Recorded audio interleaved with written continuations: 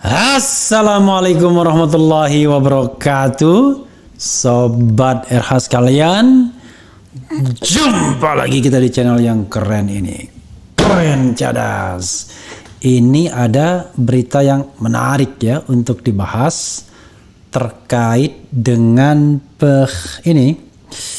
bahwa tidak ada musuh yang abadi dalam politik ya, yang ada adalah kepentingan. Jadi ini Kompas.com mengangkat manuver tajam PDIP. Dulu bilang sulit kerjasama dengan Demokrat dan PKS, kini buka pintu lebar-lebar ya. Oke, coba kita lihat ya. Oke, coba kita lihat. Nah ya, jadi oke. Jakarta, Kompas.com, geliat manuver PDI Perjuangan untuk pemilu 2024 mulai tampak. Pintu kerjasama Partai Banteng dibuka lebar-lebar ke seluruh partai politik. Ketua Umum PDIP Megawati Soekarno Putri telah menugaskan putrinya yang tak lain adalah Ketua DPP PDIP Puan Maharani untuk menemui semua ketua umum partai politik tanpa terkecuali. Luar biasa ya. Ketua DPP Bidang Pemenangan Pemilu PDIP Bambang Wuryanto alias Bambang Pacul bilang Megawati tak memerintahkan putrinya untuk bertemu dengan satu atau dua petinggi parpol saja, melainkan seluruhnya. Tentu tidak faktor tunggal siapa yang harus ditemui, tapi perintahnya ibu ketum temui semua ketum-ketum partai, kata Bambang di Kompleks Parlemen Senayan, Jakarta Selasa. Dengan demikian, kata Bambang, bukan tidak mungkin Puan menjadwalkan pertemuan dengan dua partai yang sempat disebut sulit bekerja sama dengan PDIP, yakni Partai Keadilan Sejahtera, PKS, dan Partai Demokrat. Kendati begitu, menurut dia, Megawati tidak memiliki pesan khusus agar Puan mengunjungi partai tertentu terlebih dahulu. Ibu tidak mengatakan ini nomor siji, ini nomor dua, tidak begitu. Bisa saja zigzag ketemu, saya mau sama-sama yang muda. Bagaimana kalau ketemu Mas AHY, Ketum Demokrat Agus Harimurti Yudhoyono? Bisa, ucap Bambang. Kira-kira ideologinya agak berjauhan. Misalnya mau ketemu Saiku, Presiden PKS Ahmad Saiku dulu. Ya, monggo tuturnya.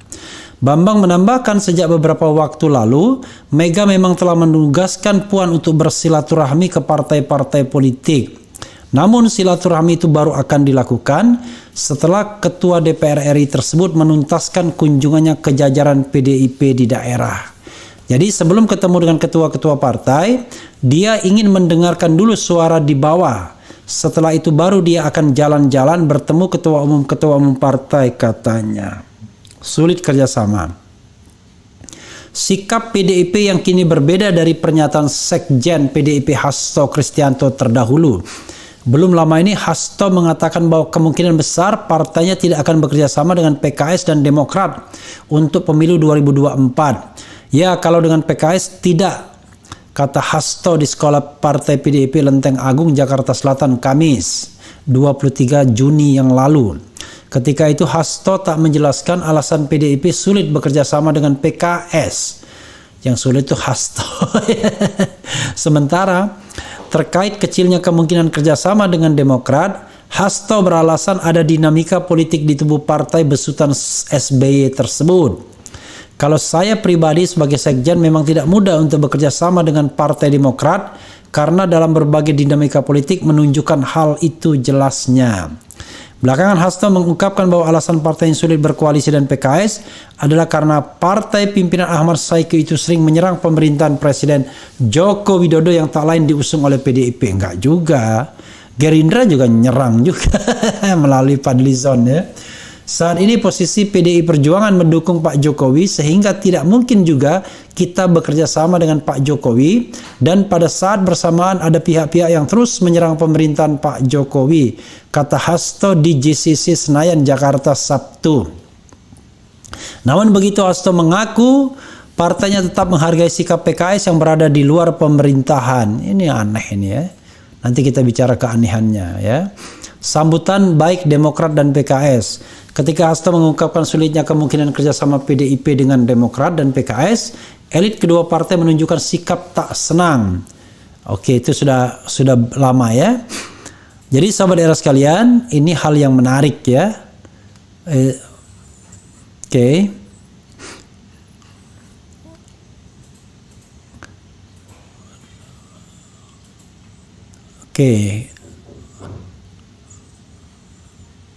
Kami selalu ini ada responsnya ya. Panjang juga ini ya. Namun atas manuver terbaru PDIP, Demokrat tampak girang. Demikian juga dengan PKS. Koordinator juru bicara DPP Partai Demokrat, Herzaki Mahendra Putra, mengatakan partainya terbuka menjalin komunikasi politik dengan PDIP. Selama ini Demokrat tak memiliki hambatan atau kendala untuk membangun silaturahmi dan komunikasi dengan partai politik lainnya termasuk PDIP. Sebutnya ya. Herzaki mengklaim komunikasi antara Ketum AHY dan Puan juga berjalan dengan baik. Agustus 2020 lalu keduanya sempat bertemu dan berdiskusi mencari solusi atas dampak pandemi COVID-19 di sektor kesehatan dan ekonomi masyarakat.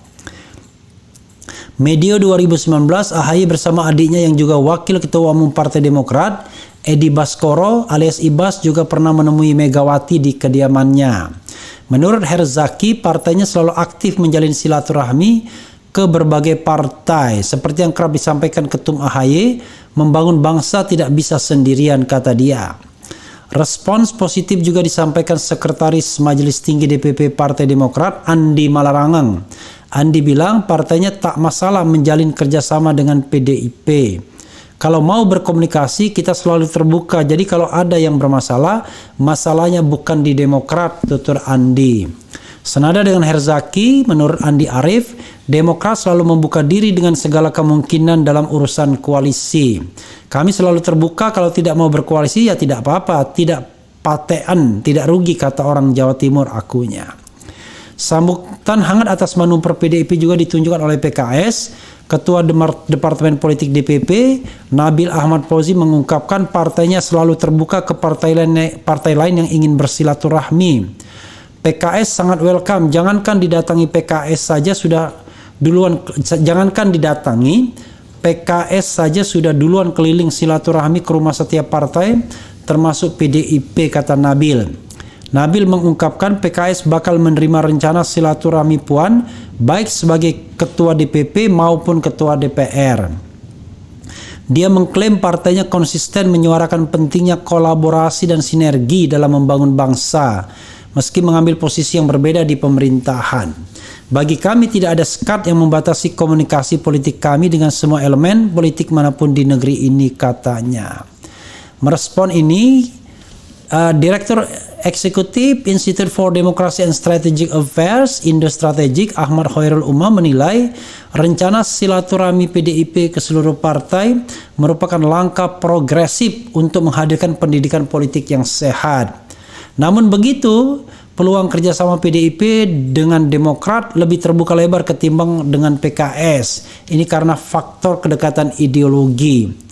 Umam berpendapat PDIP dan Demokrat tidak memiliki perbedaan ideologi. Keduanya sama-sama nasionalis dan juga dekat dengan elemen Islam moderat. Karena itu pertemuan Puan dan AHY nantinya harus bisa menyudahi tradisi politik dendam, kata Umam. Sementara menurut Umam, PDIP dan PKS sulit bergandengan sebab perbedaan ideologi sangat ekstrim. Masing-masing menempati posisi pada poros kutub ideologi yang berbeda. PKS di kanan, PDIP di kiri. Karena itu perlu ada dialog ideologis untuk menemukan ruang interaksi dan titik temu paradigmatik. Meskipun sulit, ikhtiar tetap harus dilakukan, ujar Umam. Umam menilai bersatunya PDIP dan Demokrat hanya membutuhkan itikat baik dari elit kedua partai. Megawati dan SBY harus mampu mengikis keengganan berkomunikasi akibat dinamika politik masa lalu. Sudah waktunya untuk harus saling memaafkan dan saling menguatkan satu sama lain, katanya. Di sisi lain, lanjut Umam, relasi antara PDIP dan PKS ibarat air dan minyak, tak mudah disatukan karena garis perbedaan signifikan pondasi ideologi. Karena itu ruang dialog perlu terus diupayakan untuk menghadirkan langkah moderasi agar polarisasi di antara keduanya bisa terjembatani, tutur dosen Universitas Paramadina itu panjang juga. Ya, sahabat Era sekalian, tadi saya mau berhenti membaca tapi sayang ya. Oke. Apa yang saya ingin katakan bahwa satu, generasi muda seperti Puan Maharani itu tidak merasakan dendam politik apa-apa. Karena memang Puan Maharani belum maju pada kontestasi yang paling tinggi untuk menjadi presiden atau wakil presiden. Sehingga dia lebih nothing tulus dibandingkan dengan ketua umumnya Megawati Soekarno Putri. Megawati pernah menjadi presiden dan susah, ya kan, untuk kemudian lebih luas dalam melakukan dialog sebagai politisi yang dianggap paling senior saat ini, yang tentu yang berada di lingkar partai politik. Sehingga kalau dengan Megawati, orang lain yang harus datang. Nah, beda sama Puan Maharani, Puan bisa mendatangi orang jauh lebih fleksibel karena dia pada dasarnya masih muda, kan 40-an tahun usianya. Ini Puan tuh kelahiran berapa ya? Puan Maharani ya. Puan Maharani kelahiran tahun 73 ya, 6 September. Jadi bagi Puan jauh lebih gampang untuk melakukan manuver-manuver. Yang paling penting adalah ada sikap fleksibel dia.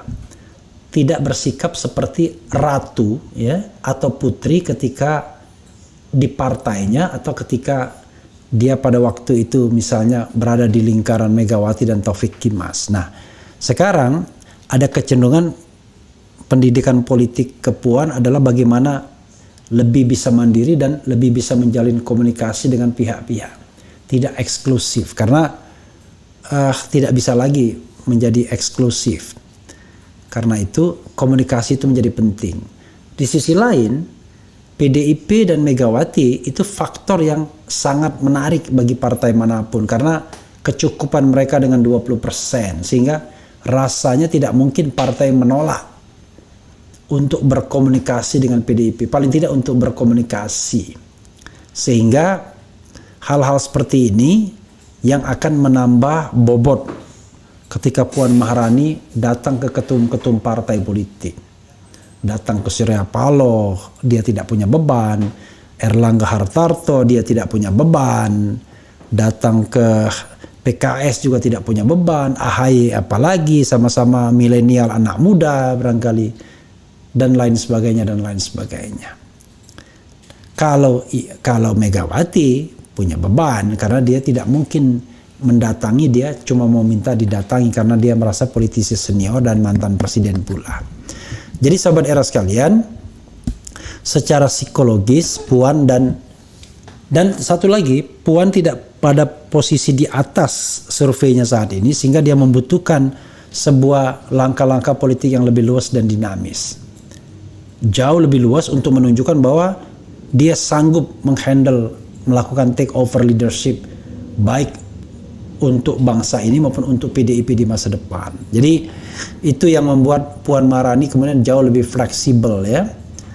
Nah, mudah-mudahan safari politik Puan ini memberikan manfaat yang besar bagi bangsa ini. Dan no matter dengan apakah Anda berada di luar pemerintahan dan dalam pemerintahan, aneh, kita ini dalam sistem pemerintahan presidensil.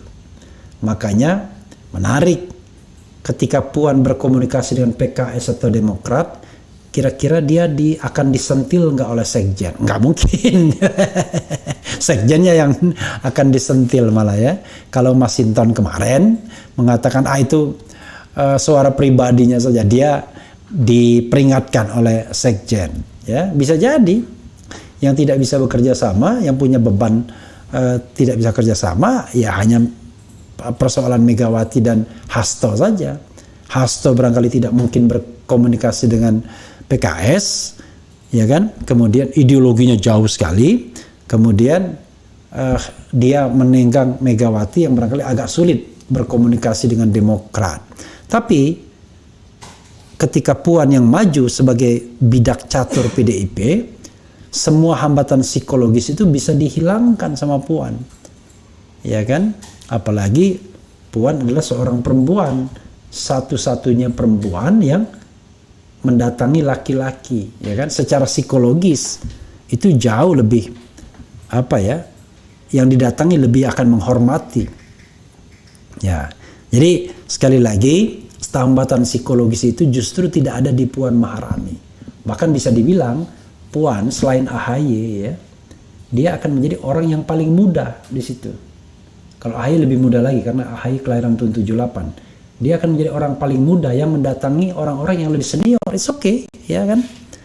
Kira-kira begitu ya saudara sekalian. Dan kita akan lihat bagaimana langkah-langkah selanjutnya. Jangan-jangan setelah ini dia berkomunikasi juga dengan Anies Baswedan. Jangan-jangan ya berkomunikasi juga dengan Ridwan Kamil. Berkomunikasi juga dengan siapapun tokoh-tokoh politik. Yang lebih hebat lagi dia berkomunikasi dengan orang-orang yang dianggap di luar pemerintahan, dengan Gatot Nurmantio misalnya. Wah, ini kan menarik, dengan katakanlah Rizal Ramli, dengan Lanyala. Itu akan mencairkan sebuah kebekuan komunikasi politik ya antara orang yang berada dalam parlemen dan di luar parlemen. Ya, kita lihat hasilnya ya saudara sekalian, mudah-mudahan hasilnya baik. Itu saja ya. Wassalamualaikum warahmatullahi wabarakatuh. Ciao. Satu lagi deh.